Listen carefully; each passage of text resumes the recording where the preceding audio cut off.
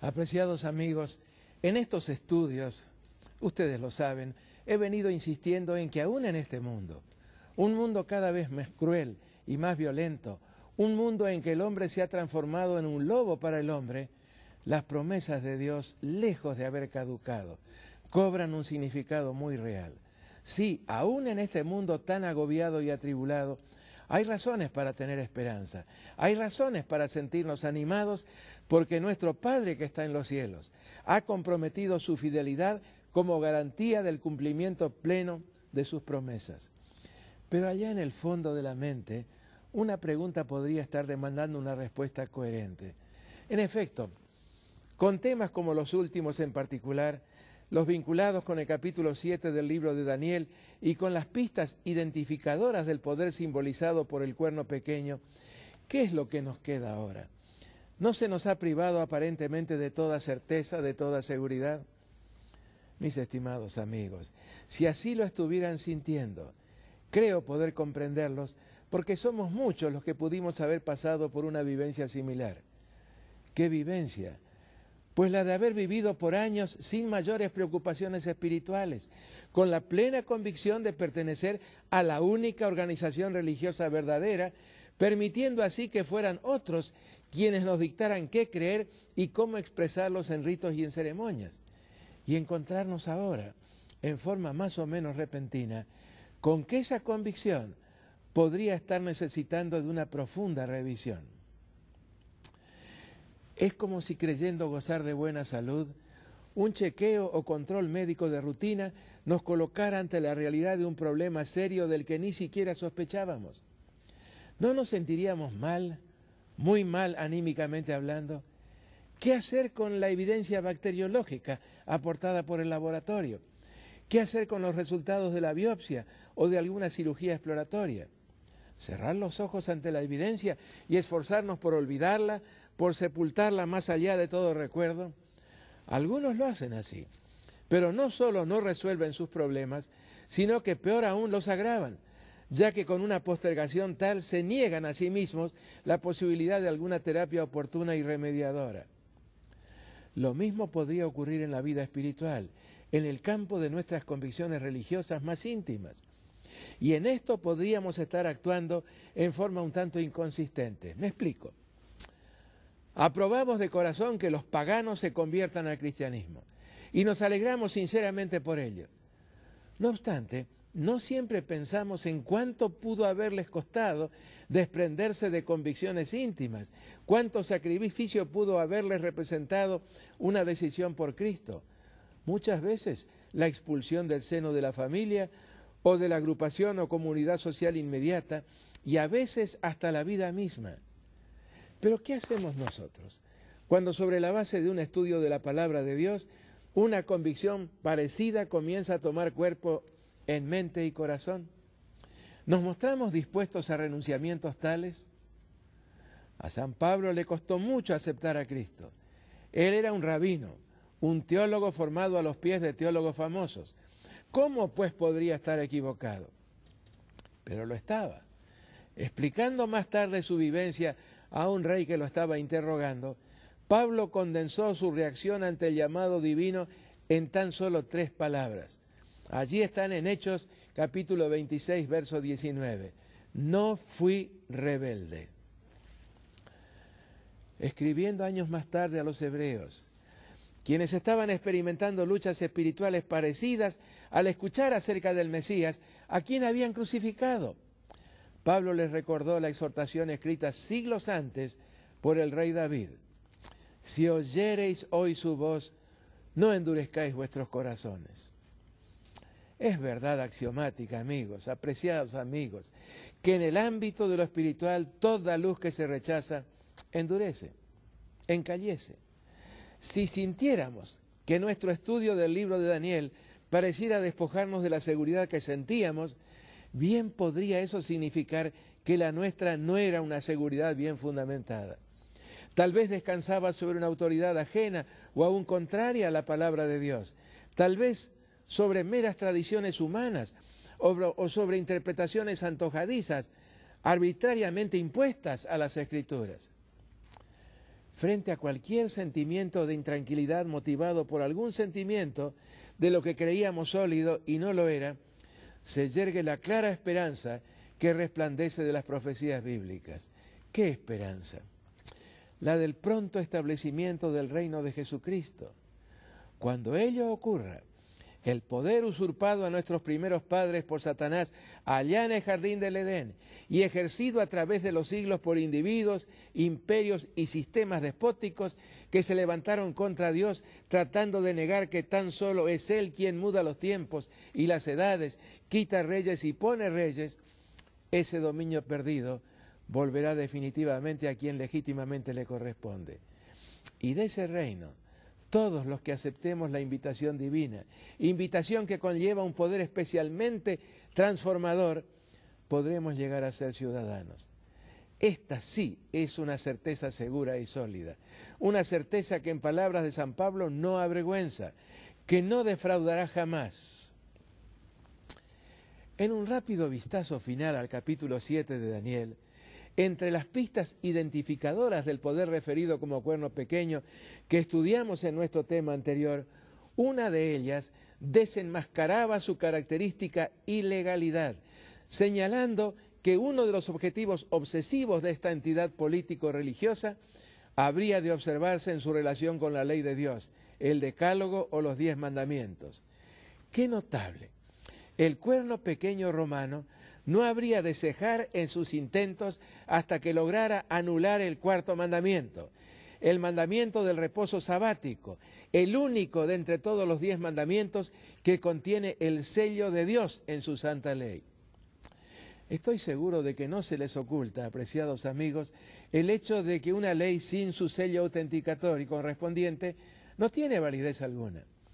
Y esto nos lleva a una consideración muy seria y solemne. ¿Podría imaginarse osadía mayor que la de eliminar precisamente este mandamiento? ¿Podría pensarse en un atrevimiento mayor que el intento de despojar a Dios de su autoridad, anulando nada menos que el sello de su santa ley? Es penoso decirlo, pero allí están las declaraciones particularmente enfáticas del Catecismo, por las que la Iglesia romana se declara autora de esos cambios. En la última edición del Catecismo, de octubre de 1992, aparecen declaraciones curiosamente inconsistentes. En la tercera parte, titulada La vida en Cristo, entre las secciones 1 y 2, aparecen lado a lado los 10 mandamientos, tales como están en Éxodo 20 y en el Catecismo. Una simple lectura de ambas versiones revela diferencias extraordinariamente asombrosas. Las más notables entre ellas son la supresión de los 2 primeros mandamientos del Decálogo, que prohíben tener otros dioses fuera del único Dios verdadero y que también prohíben la confesión y veneración de imágenes, y su reemplazo por la declaración amarás a Dios sobre todas las cosas. La otra es la eliminación del 4.º mandamiento, que establece la observancia del sábado. Nada menos que el mandamiento que contiene el sello de Dios en su ley, sustituido alevosamente por una frase totalmente ajena al Decálogo: santificarás las fiestas. Dios declaró su ley perfecta. Allí lo vemos en el Salmo 19:7, y reiteradamente subrayó tanto su permanencia eterna como su inmutabilidad. Si algo que es perfecto, como lo es únicamente todo aquello que procede de Dios, es modificado por el hombre, no importa qué autoridad se argumente poseer para hacerlo, por ese mismo hecho se vuelve imperfecto e ilegal, ¿verdad, amigos? Por otro lado, cualquier modificación del Decálogo lo priva también de su inmutabilidad, como expresión del carácter del legislador, de Dios como su autor. Dios estableció el día sábado en el principio. Es más, lo bendijo y lo santificó, como se registra en el relato de la creación de todas las cosas. Más tarde lo reiteró en sus plenos alcances en el monte Sinaí, cuando escribió su ley sobre 2 planchas de piedra. Cristo y los apóstoles lo guardaron fielmente, y lo mismo hizo la bienaventurada Virgen María. Es más, Cristo reiteradamente ejemplificó la correcta observancia del único día apartado por Dios, y se declaró a sí mismo Señor del sábado. Por lo tanto, solamente el sábado, con exclusión absoluta y total de cualquier otro día, puede ser referido como día del Señor. El establecimiento y consagración del domingo como día de observancia religiosa fue obra de un emperador romano, Constantino I el Grande, quien pretendió haberse convertido al cristianismo. Lo hizo mediante sus dos leyes o decretos dominicales, del 3 de marzo y del 3 de julio del año 321. Nada hay en esas leyes relacionado con el cristianismo, sino tan solo la observancia pagana del venerabilísimo Día del Sol. Fue en la iglesia cristiana de aquellos días, que ya había avanzado no poco por el sendero del compromiso y de la claudicación, la que tristemente se dedicó con gran afán a encontrar razones bíblicas totalmente inexistentes, por otro lado, para justificar el cambio del día de reposo del sábado al domingo. Al resultar infructuosos todos esos intentos, la Iglesia optó por declararse ella misma como la única responsable del cambio. Muy difícil y penosa es, por otro lado, la situación de las iglesias protestantes, las que a 17 siglos del cambio todavía insisten en la observancia del falso día de reposo, el domingo, mientras continúan la búsqueda imposible de lo inexistente, de alguna declaración bíblica que pudiera respaldar ese atentado contra la ley de Dios. En el Sermón del Monte se encuentran con un muro sencillamente infranqueable, ineludible. En efecto, y leo palabras de Jesús en el Evangelio según San Mateo, capítulo 5, versos 17 al 19. No penséis que he venido para abrogar la ley o los profetas. No he venido para abrogar, sino para cumplir. Porque de cierto os digo que hasta que pasen el cielo y la tierra, ni una jota, ni una tilde pasará de la ley hasta que todo se haya cumplido. De manera que cualquiera que quebrante uno de estos mandamientos muy pequeños y así enseñe a los hombres, muy pequeño será llamado en el reino de los cielos. Mas cualquiera que los haga y los enseñe, éste será llamado grande en el reino de los cielos. Qué triste, ¿verdad, amigos? La pretensión de honrar a Dios observando celosamente un día que Dios jamás santificó y para cuya observancia no existe ningún texto bíblico, ni siquiera uno que remotamente pudiera sugerir alguna indicación divina en ese sentido. Después de estas sobrias reflexiones, que revelan la extrema seriedad de lo que estamos considerando juntos, estamos ahora en condiciones de iniciar el estudio del capítulo 8 del libro de Daniel. Lo que lo hace particularmente significativo es el hecho de que en este capítulo se completa, específicamente en el verso 14, toda la presentación profética del libro. Todo lo que sigue, hasta la conclusión del capítulo 12, el último del libro, consiste en explicaciones adicionales proporcionadas mayormente por Gabriel y relacionadas con los acontecimientos presentados simbólicamente en los capítulos 7 y 8. ¿Qué fue lo que se le mostró a Daniel en la visión registrada en el capítulo 8? Escenas muy extrañas, consistentes en símbolos y figuras cargados de significado. Cuenta el profeta que vio dos animales sobre el escenario de las tierras del Oriente Medio de aquellos días, contendiendo ferozmente entre sí. Primeramente un carnero de 2 cuernos y posteriormente un macho cabrío o chivo, unicornio, es decir, de un solo cuerno. En la primera escena, la figura dominante fue el carnero, concentrando su accionar en acometidas incontenibles hacia el oeste, el norte y el sur, al punto de que, de acuerdo a Daniel 8:4, ninguna bestia, es decir, ningún otro poder, podía parar delante de él, ni había quien escapase de su poder, y hacía conforme a su voluntad y se engrandecía, según reza el verso 4. Mientras estaba en lo que podría considerarse como el apogeo de su poder, se produjo un cambio dramático en la escena. La hegemonía manifiesta del carnero le fue disputada por otro poder simbólico, un macho cabrío que procediendo del oeste lo derribó por tierra pisoteándolo sin misericordia. Según algunas de las frases registradas en los versos 5 al 8, Un macho cabrío venía del lado del poniente, sobre la faz de toda la tierra, sin tocar tierra, y vino hasta el carnero, y corrió contra él con la furia de su fuerza. Se levantó contra él y lo hirió y le quebró sus 2 cuernos, y el carnero no tenía fuerzas para pararse delante de él.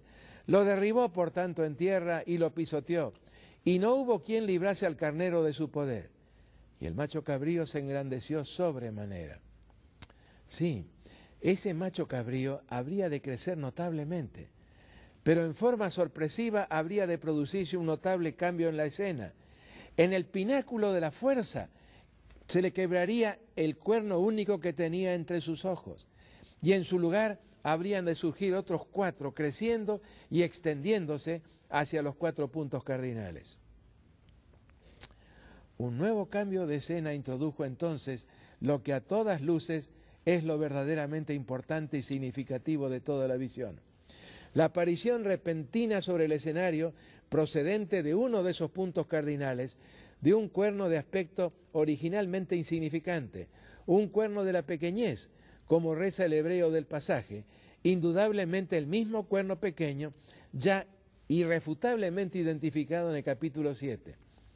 Este nuevo ente simbólico habría de desarrollarse tremendamente hacia el sur, el este y la tierra gloriosa, esta última referencia a Palestina. En forma extraordinariamente impactante, Daniel lo vio crecer también hacia el cielo, echando por tierra parte de las estrellas y tratando de arrebatar de alguien, descrito como el príncipe del pacto, alguna cosa referida como el continuo o mejor aún la continuidad. No contento con sus logros, intentaría destruir también el santuario de ese mismo príncipe y al hacerlo pisotearía la verdad en forma aparentemente impune. Repentinamente 2 seres aparecieron entonces sobre el escenario y Daniel alcanzó a escuchar el diálogo que se desarrolló entre ambos. Uno de los 2 inquirió del otro acerca de la duración de ese asombroso estado de cosas. ¿Por cuánto tiempo habría de tolerar tales atropellos la paciencia divina? La respuesta, bien enigmática por cierto, indicó que el santuario habría de ser purificado y restaurado al cabo de 2300 días. Preocupado el profeta por comprender el significado de esa secuencia impresionante de escenas, uno de los 2 seres que estaban dialogando ordenó al otro que se acercara a Daniel y le ayudara a comprenderlas. Así lo hizo Gabriel. Y lo primero que le dijo al profeta se refirió al tiempo del cumplimiento de esa visión. Habría de culminar en un cierto tiempo del fin, evidentemente muy remoto todavía en aquel entonces. La impresión le resultó tan fuerte al anciano profeta que debió ser fortalecido sobrenaturalmente a fin de estar en condiciones de escuchar el resto de la explicación. En apretada síntesis, el ángel Gabriel, ya que no era otro el ser que le hablaba, explicó a Daniel que el carnero representaba al imperio medo-persa y el macho cabrío a Grecia, siendo el cuerno único que este animal exhibía en su frente un símbolo de su rey más importante. Ese poderoso imperio griego terminaría fragmentándose en 4 reinos de menor poder. Al eclipsarse los mismos, un nuevo poder, muy astuto, habría de realizar una sorprendente aparición y con fuerzas ajenas causaría grandes ruinas y destrozos. Su accionar político-militar, que habría de hacerlo dueño de enormes posesiones territoriales, habría de experimentar un notable cambio de dirección, llevándolo a incursionar osadamente en una esfera totalmente vedada al poder civil. En efecto, perseguiría al pueblo de los santos y se ensalzaría aún contra el príncipe de los príncipes. Su éxito, aparentemente incontenible, no sería, sin embargo, ilimitado, ya que habría de ser quebrantado sobrenaturalmente. Gabriel concluyó entonces sus explicaciones, asegurando a Daniel que la visión era verdadera y que se cumpliría en todos sus detalles, aun cuando tendría que transcurrir mucho tiempo antes de que ello ocurriera en su plenitud. El ángel interrumpió en este punto su explicación, porque lo revelado le produjo al profeta algo así como un desmayo. Su recuperación del debilitamiento que le produjo lo que se le había mostrado llevó bastante tiempo, como el mismo Daniel lo explica.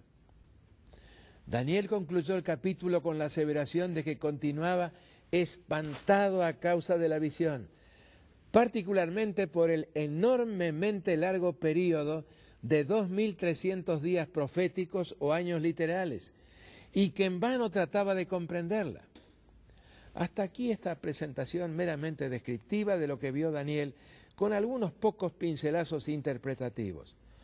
Con lo ya repasado, pasemos ahora a la interpretación, y como lo sugería al estudiar el capítulo 7, quisiera hacerlo nuevamente ahora. Sería muy conveniente que ustedes, mis apreciados amigos, tuvieran junto a sí su ejemplar de la palabra de Dios abierto en este capítulo, el capítulo 8 del libro de Daniel. Los dos primeros versos nos proporcionan información en cuanto al contexto o circunstancias en las que Daniel recibió esta notable visión. ¿Cuáles fueron esas circunstancias? En palabras del profeta, capítulo 8, versículos 1 y 2, en el año tercero del reinado del rey Belsasar, esto es el año 547 a.C., o sea, un par de años o cosa así después de la visión del capítulo 7. Me apareció una visión a mí, Daniel, después de aquella que me había aparecido antes, es decir, la del primer año del mismo rey, o sea, el año 550 a.C. Continúa el verso 2. Vi en visión, y cuando la vi yo estaba en Susa, que es la capital del reino de la provincia de Elam. Vi pues en visión, estando junto al río Ulai. En este pasaje, referido, como ya lo indicamos, a las circunstancias en las que le fuera dado este mensaje profético, Daniel nos dice que se encontraba en Susa, la capital de lo que había sido el antiguo reino de Elam, transformado ahora en provincia babilónica. Esto es a unos 300 kilómetros al sudeste de Babilonia. En el momento de la visión, se encontraba sobre las márgenes del río Ulai, importante canal de unos 300 metros de anchura que pasaba al sur de la mencionada ciudad de Susa y que volcaba sus aguas en el río Carún. Daniel no nos dice qué estaba haciendo en ese lugar, ni tampoco nos proporciona plena seguridad de que realmente se encontraba allí, a tanta distancia de la capital imperial. Como ustedes lo saben, apreciados amigos, las escenas de una visión resultaban siempre tan reales, tan vívidas, que luego de verlas, el profeta tenía alguna dificultad en establecer sobre la base de su vivencia si había estado realmente en el lugar o si solamente se le había mostrado la escena en visión. La forma de la descripción parece sugerir, sin embargo, que el profeta estaba allí, probablemente en cumplimiento de alguna misión o función oficial. El verso 3 nos proporciona el primer elemento descriptivo de la visión en sí y lo hace con estas palabras.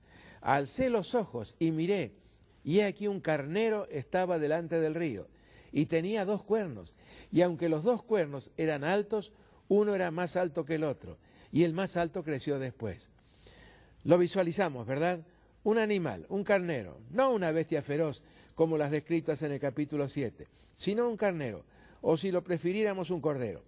La elección de este símbolo para representar a una nación o imperio resulta por demás llamativa. ¿Por qué? Primero, por la conducta totalmente desusada exhibida por el animal. Y segundo, porque el cordero era el animal ofrecido diariamente, de mañana y de tarde, en el santuario israelita. La mención de este animal en este contexto podría tal vez estar anticipando algún mensaje relacionado con aquel santuario. Bueno, no podemos dedicar ahora todo el tiempo necesario para la consideración del tema del santuario, interesante como podría serlo. Creo, sin embargo, que la mayoría de ustedes, apreciados amigos, tienen alguna idea acerca de cómo, sobre la base de las instrucciones proporcionadas por Dios a poco de salir de Egipto, los israelitas de antaño construyeron una estructura portátil vinculada con el culto, a la que reiteradamente se designa en la Biblia como santuario.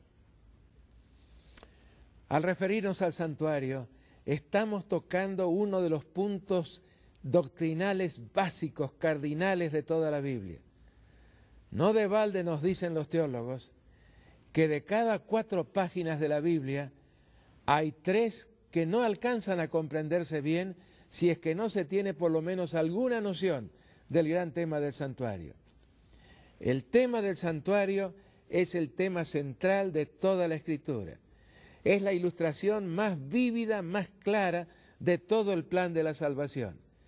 Y si fuéramos a resumir todo lo que la Biblia dice acerca del santuario, podríamos hacerlo tan solo con 2 palabras: sustitución y transferencia. ¿Qué quiero significar por esto? Que alguien tomó nuestro lugar, murió por nosotros y ahora permite que le transfiramos todas nuestras miserias, todas nuestras rebeliones, todos nuestros pecados, y Él, Cristo Jesús, desde el santuario celestial, nos transfiere su paz, su justicia, en otras palabras, alivia nuestra carga y nos proporciona felicidad. Mis apreciados amigos, llegado hasta este punto, resulta muy claro que lo más relevante, lo verdaderamente importante de esta revelación de Dios está en lo que aún resta por verse de este capítulo. Me interrumpiré aquí, dejando abierto así el portal de la exploración y comprensión de este extraordinario mensaje de Dios a sus hijos. Permítanme reiterarlo. A partir de nuestro próximo estudio, comenzaremos a adentrarnos realmente en las cosas profundas de Dios, tales como están reveladas en este notable capítulo, verdadera cumbre, por así decirlo, de todo el libro de Daniel. Al comienzo de nuestro estudio, hablamos de una esperanza que no avergüenza, que no defrauda. Lo que la hace tan firme y segura es que está cimentada no en promesas y palabras de hombres, sino en la palabra de Dios. San Pedro se refirió a ella como la palabra profética más segura, y el paso de los siglos demuestra que no se equivocó al llamarla así. Nosotros también tendremos la oportunidad de comprobarlo a medida que avancemos en el estudio del capítulo, cuya consideración recién hemos iniciado. Y ahora, con el afecto de siempre, quisiera invitarlos a elevar nuestras mentes a quien ocupa el trono mismo del vastísimo universo sideral, pero que también anhela ocupar el solio de nuestro corazón. Amado Padre que moras en los cielos, nos unimos juntamente con mis televidentes en alabarte y agradecerte por todas tus maravillosas bendiciones. ¿Qué sería de nosotros sin la orientación tan certera de tu palabra? Volvemos a agradecerte por tu condescendencia, de hacernos conocer lo que el futuro habrá de depararnos, pero por sobre todas las cosas, porque esa revelación del futuro introduce una enorme dimensión de esperanza en nuestros corazones. Gracias por la paz que produce el poder transferir nuestros pecados a nuestro amado Salvador. En su nombre precioso te lo agradecemos. Amén.